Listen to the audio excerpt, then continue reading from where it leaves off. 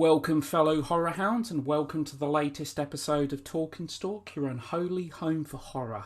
I'm your host, as always, Barry, and today's podcast is going to be devoted to what is certainly one of my favourite, if not my favourite horror movie of the 90s, and actually one of my favourite slasher movies of all time, and that is 1996's Scream.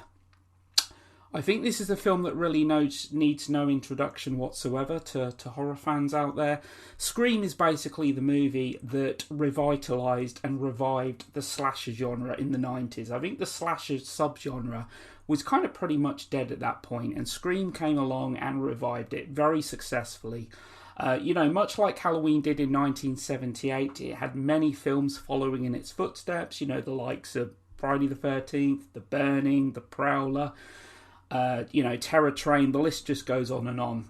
Scream very much did the same thing, following in its footsteps. We had the likes of I Know What You Did Last Summer, I Still Know What You Did Last Summer, Urban Legend, Cherry Falls, Valentine, and again the list goes on.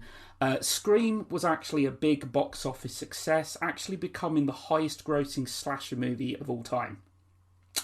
And of course, much like in the 80s, Wes Craven essentially kind of injected some originality into the slasher genre with Nightmare on Elm Street, which is certainly, without a doubt, one of my favourite horror movies of the 80s. It's the film that gave us the horror icon that is Freddy Krueger. In this movie, again, Wes Craven certainly kind of revitalised the subgenre, and I think what Scream is it's a great slice of postmodern horror. It's a film that certainly respects and pays a lot of homage. It's a love letter to the subgenre. I mean, the amount of references in this film is really quite staggering. It's a film that manages to be, it manages to be clever. It's a film that actually manages to play on the conventions that we've all come to know and love. For horror fans out there, we all know the cliches, we all know the conventions, etc. And this film actually addresses them and actually plays on them.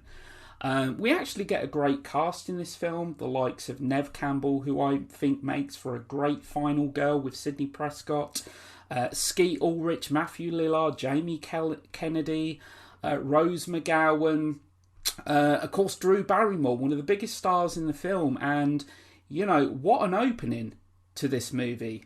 The opening has already become quite iconic. It certainly pays homage to 1979's When a Stranger Calls. And, the character, Casey Becker, played by Drew Barrymore, again, it kind of comes down to, in a way, a tribute to Hitchcock. For the fact of, obviously, Marion Crane, played by Janet Leigh in the original Psycho, 1960, for her to be brutally killed off just a third or so of the way through the film was completely unexpected. It was just a genius move to do by Hitchcock.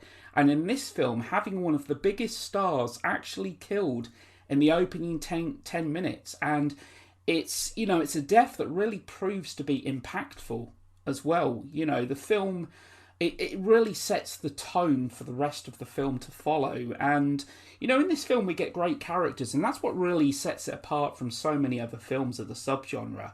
I think it really does have a top-class screenplay by Kevin Williamson, who clearly has an ardent love of the genre. Halloween is actually his all-time favourite horror movie. Not just horror movie, but just movie in general.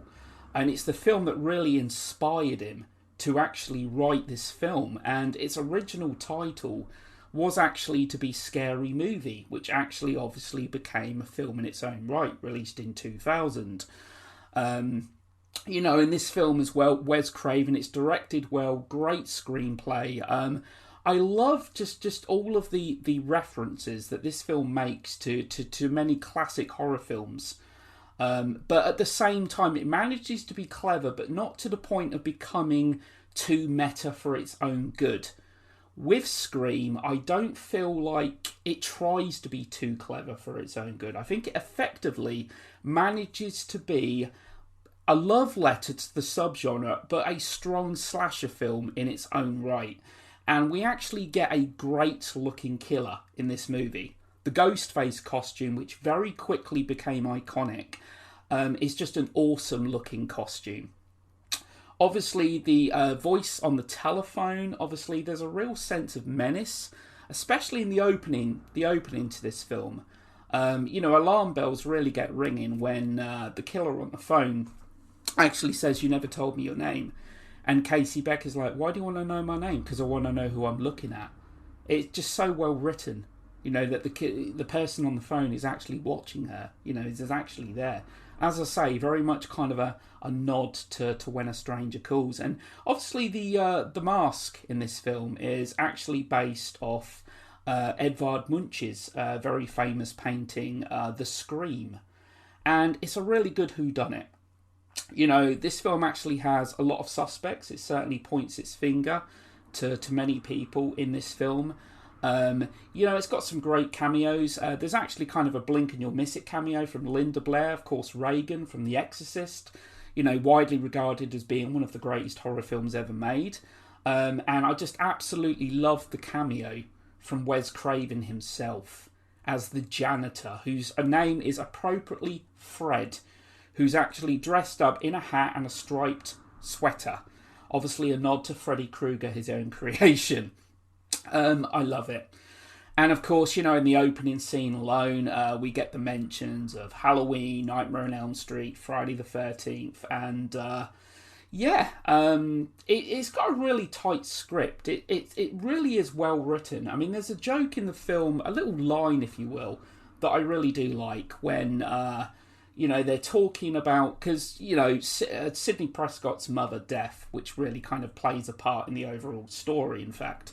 When Tatum, played by Rose McGowan, actually says, "You're starting to sound like we're in some Wes Carpenter flick." Getting Wes Craven and John Carpenter's names actually combined there. It's great. And with Scream, like I said, everyone in this film is pretty much a suspect. As Jamie Kennedy, the film nerd, certainly, a prime suspect in this movie, actually says, there's a formula to it, a very simple formula. Everybody's a suspect. If the cops watched Prom Night, they'd save time.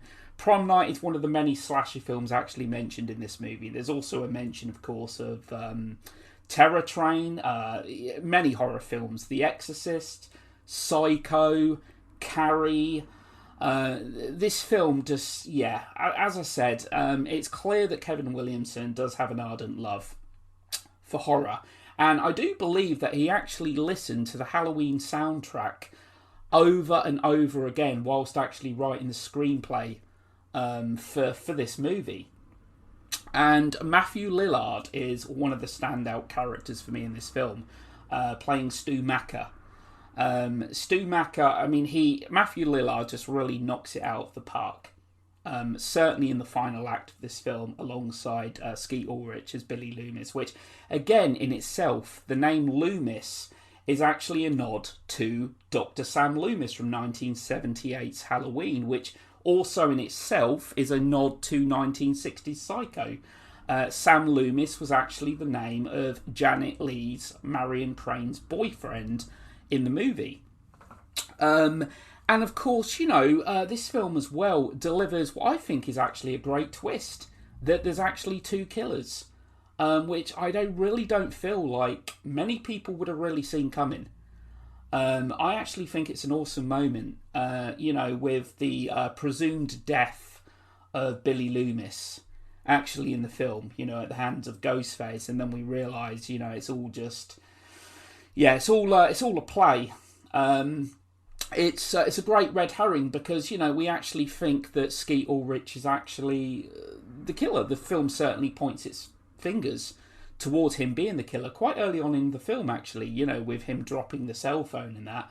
And then obviously the film throws a curveball where she receives a telephone call, and of course he's actually in custody, so surely it can't be him. I really like the score to this film as well, by Marco Beltrami, who's actually one of the most prolific composers out there. He's done so many scores, but I really do like the music to this movie. Certainly the very kind of harrowing moment as well, which again I think is really kind of a nod to Suspiria, which is actually my favourite Dario Argento film, released in '77, in which Casey Becker is actually hanging. You know, she's hanging up from the tree. It's quite a shot, and just the whole music that accompanies that scene, it really is quite impactful. Now, you know, as the franchise went on, I think certainly with kind of the third film, you know, it tried to be a little bit too clever for its own good at times. I feel like with the third film, it's almost like the Scream franchise was starting to become a parody of itself. It was a film that was probably becoming a little bit too meta for its own good, but with the first movie, I think there was just a great balance of suspense. It was a film that managed to be funny, and ultimately, you know, what really makes this film work, I think, is the characters, the memorable characters. Everyone is casted perfectly in this film. And, you know, even Henry Winkler's in there. The Fonz himself, who I believe was actually uncredited, but who could even be seen as a suspect. He was actually playing Principal Himbry. Joseph Whipp's in there, who actually plays Sheriff Burke. Now, he was actually, for eagle-eyed viewers, he actually played a police officer in Nightmare on Elm Street, also Wes Craven directed, in '84. He was the police officer that was actually told by John Saxon to actually watch over his daughter. And, you know, we've got to mention the telephone calls. Actually voiced by Roger L. Jackson, a professional voice actor who just perfectly has the voice. He has the perfect voice for this. There's a real sense of menace to his voice. And, you know, as I said, it's really well written. I love some of the lines, like, if you hang up on me, I'll gut you like a fish, understand? And, you know, you shouldn't say who's there. Don't you watch scary movies? It's a death wish. You may as well come to investigate a strange noise or something. You know, it's just, again, it's just playing on them conventions. It's playing on them cliches that we all know and love, whilst effectively being a good slasher movie in its own right. And yeah, the telephone calls in the film, as I said, Roger L. Jackson. I mean, it's clearly obvious, you know, at the end of the movie, the climax of the film, you know, when they actually talk on the voice changer, it clearly sounds nothing like the voice that we've heard throughout the film. And that's simply because, obviously, it was Roger L. Jackson, who was actually kept away from actors. In fact, nobody actually got to see Roger L. Jackson, actually. You know, so there was a sense of anonymity to it. You know, for example, Drew Barrymore in the opening to this film as well, to actually create a sense of genuine upset. I believe she was actually told by Wes Craven, because she was a big kind of animal rights activist, and she was actually told many stories in detail by Wes Craven about animals being hurt, etc., to really get her upset. So them tears, you actually see real tears from Drew Barrymore. There's a genuine kind of authenticity to it.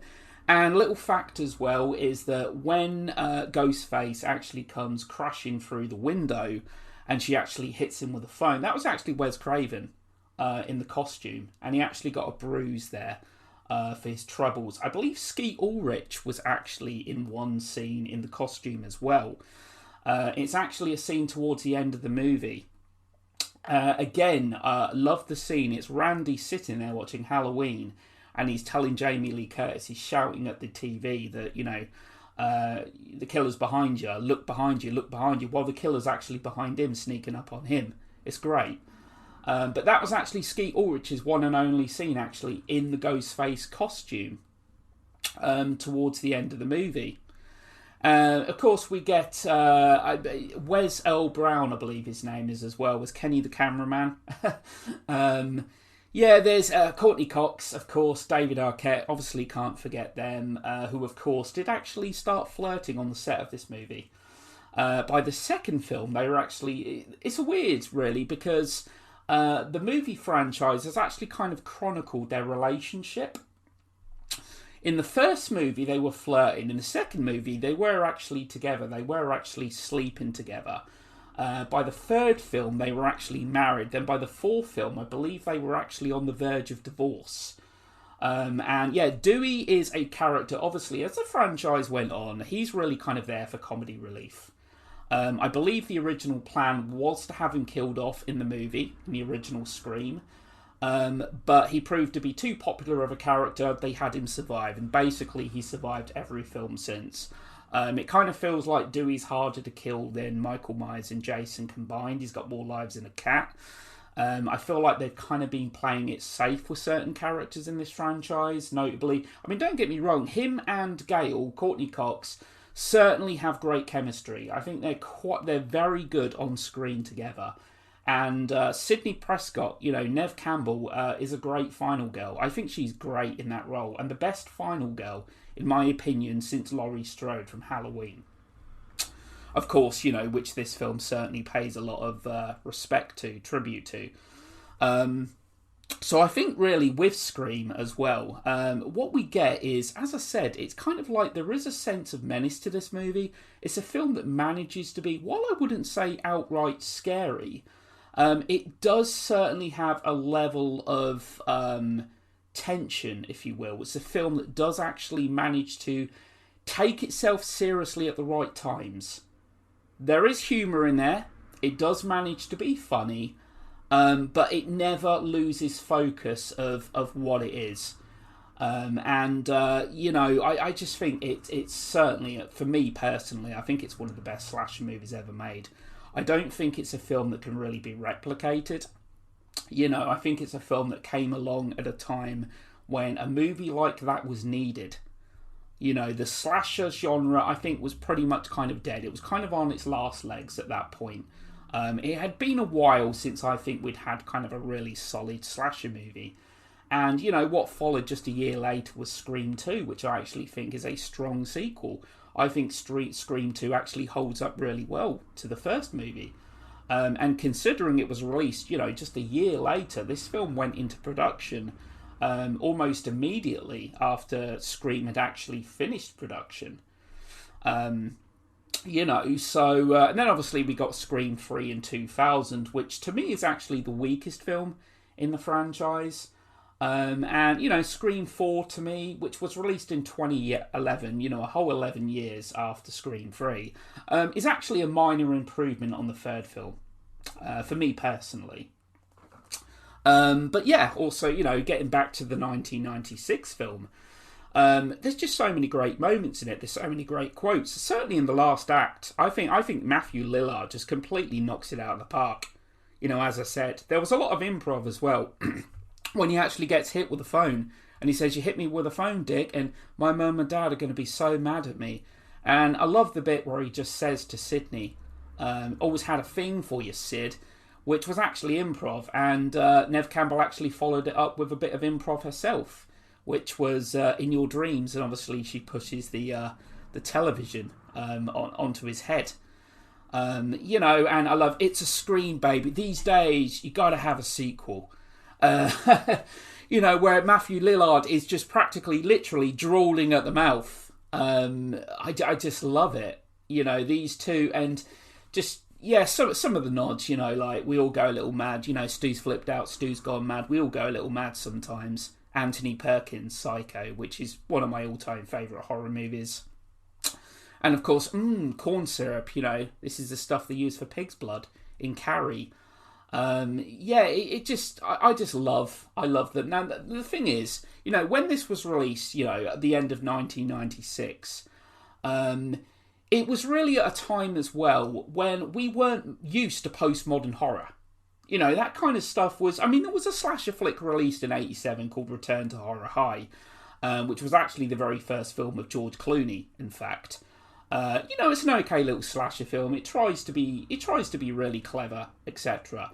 But we're at that point now where it's like there's only so many times you can really get away with being that kind of clever and meta, if that makes any sense. I think Scream did it at a time when it felt fresh. And of course, with Scream 2 as well, which I think did a good job. I think it's one of the best slasher movie sequels out there. in my opinion. But I think Scream is just kind of one of them. It's one of a kind of a slasher movie. It's a really good whodunit. Let's talk about, like one of the deaths. I mean, aside from obviously the opening, which manages to be really impactful. I mean, we actually get Stephen Orth's death as well, who's actually killed shortly before Casey Becker. He actually gets gutted. And I believe, there was problems with censorship here, because in the original kind of cut, the intestines actually fall on the floor, and they couldn't actually show that, to kind of warrant its lower rating. But, with Tatum's death, Rose McGowan, her, trying to fit through the cat flap. I love that kind of, what movie is this from? I Spit on Your Garage. Again, another nod to I Spit on Your Grave, a video nasty. She obviously tries crawling through the cat flap and she gets her neck broken. Certainly a memorable scene, so much so that they obviously put it in a Scary Movie, paid a tribute to it in that. And of course we get Principal Himbra's death, which I actually believe was kind of a last minute kind of thing, actually. They originally he wasn't to die, but then they realised there wasn't going to be any deaths for a good portion of the movie, so they actually added that into the film. Killing the Fonz, and of course we got the whole kind of climax to the film at the party, where they're choosing what film to watch, etc. And there's a moment in the film as well, actually, where I think even the sheriff is kind of a suspect. I think when I first watched this, I think Dewey was kind of my prime suspect. Randy seemed way too obvious. But I love what Randy says, actually, to Stu, I believe it is, in the video store. And he actually says to him, look at that, if you were the suspect in a mindless bloodbath, would you be standing in the horror section? Because he actually sees Billy Loomis in there. And if you actually notice it, when you watch the film the first time, you can actually notice there's little looks here and there, little fleeting looks between Billy and Stu, that these two guys are actually in cahoots. And these kind of little looks as if to say, like when Billy actually arrives at the party late and he gives this little look to Stu, basically kind of signifying to him, look, I've just killed Tatum. I've just killed her. I love that. And of course, Sidney Prescott being the virginal girl is the ironic thing. She does actually lose her virginity to Billy, but at the same time, it's obscured by the camera. We don't see, there's nothing overtly sexual in this movie. She is actually obscured while she does actually have sex. And I actually love that moment where, Ghostface comes in and he turns around and Billy is presumed to be dead, and we get this awesome chase sequence actually with Sidney and Ghostface. There's actually a moment in the movie as well in the toilets where Sidney goes in and we hear this Sidney, and then Ghostface comes out, and people to this day are like, is that one of the killers? I don't believe it was. I actually think that was someone just pulling a prank. Upon watching it, there doesn't seem to be a knife, and it just seems really stupid that the killer would actually do it in a place so public, in daylight. It doesn't seem very organised at all. I think that's purely just a prank. Because, there's a couple of other moments in the film that really kind of feel out of place as well. And I think, again, it kind of comes down to the fact of we weren't getting to see much of Ghostface during the middle act of the movie, so they wanted to kind of just have Ghostface in there. There's a moment where Tatum and Sidney are talking, and we actually see Ghostface in the distance come out from behind the trees, and I'm thinking, would you really be walking about wearing that costume in broad daylight? Do you know what I mean? Looking like a complete and utter suspect. And the weirdest scene of all is where they go to the grocery store, and you actually see the reflection. As they walk off, you see the reflection of Ghostface. And I'm like, seriously, that person has gone into the convenience store dressed as Ghostface in broad daylight? That just seems really odd to me. But again, I think they just kind of, they wanted a little bit more of Ghostface in the film and that. I think Scream is a really solid slasher film. I'll admit, some of these movies that aren't actually the likes of Terror Train and The Town That Dreaded Sundown, released in '76, are films that I didn't really know about until I saw Scream.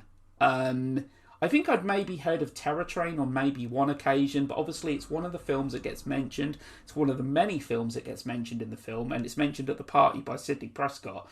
And it made me want to hunt down Terror Train, and Terror Train is actually one of my favourite Golden Age slasher movies now.